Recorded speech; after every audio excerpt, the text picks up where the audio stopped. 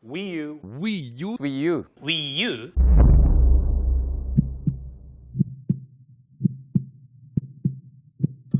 La Wii U est une console de jeux vidéo créée, développée et commercialisée par Nintendo, succédant directement à la Wii. Elle est sortie le 18 novembre 2012 en Amérique du Nord, le 30 novembre 2012 en Europe et le 8 décembre 2012 au Japon. Sa production s'arrête le 31 janvier 2017. Au 30 septembre 2016, la console atteint le nombre de 13,6 millions d'unités vendues. Mais qu'en est-il de cette révolution que voulait proposer Nintendo? À ce fameux E3 2011, le maître mot était asymétrie. Le gameplay asymétrique consiste à afficher deux points de vue différents, voire un gameplay différent sur un même jeu, et ce grâce au duo écran et gamepad. On nous a vendu un Rayman Legend et un Zombie U optimisé pour la console, qui sont finalement sortis sur les consoles concurrentes. Nintendo a promis monts et merveilles, mais n'a pas su tenir toutes ses promesses, car quelques temps après la sortie de la console, le système double écran était mis à mal, car il était possible de jouer uniquement sur gamepad. Et finalement, qu'est-ce qui n'allait pas avec ce concept? On est quand même face à du jamais vu sur console de salon. Le problème vient du fait que créer des jeux autour de cette mécanique est franchement très compliqué. Rendez-vous bien compte qu'il faut gérer deux points de vue différents, car en plus du gameplay qu'il faut orienter autour de cet élément, il faut que tout tourne sur Wii U. Donc bon, entre l'optimisation et le fait qu'il faille réfléchir à un gameplay bien particulier, la plupart des devs ont eu la flemme de développer sur Wii U. Et c'est pour ça que globalement, les system sellers et les gros hits ne sont pas sortis sur la console. Après, ça ne veut pas dire qu'il n'y a pas eu de grands jeux sur Wii U, c'est même tout le contraire. Elle a accueilli de véritables pépites. Bayonetta 2, Xenoblade Chronicle X, que je considère comme le meilleur action RPG de ces 10 dernières années, avec un monde colossal, un super gameplay. Je vous invite d'ailleurs à aller voir le test sur JVC. Super Mario 3D World qui s'envole complètement après le premier tiers du jeu, Splatoon, Donkey Kong Tropical Freeze, Super Mario Maker, The Wonderful 101, Super Mario Color Splash, ce sont plein de jeux avec d'excellentes idées de gameplay et de game design, mais qui finalement s'adressent à un public bien particulier, et j'entends par là des personnes qui ne sont pas les randoms qui achètent leur FIFA tous les ans, mais plutôt les hardcore gamers. Et quand la mablette est bien utilisée, c'est franchement intéressant. Je fais partie des gens ayant trouvé Zombie U juste excellent. Le stress de devoir regarder son inventaire sur la mablette ou sniper avec elle, c'était franchement réussi, et je pense d'ailleurs que je vais carrément faire une vidéo dessus, tiens,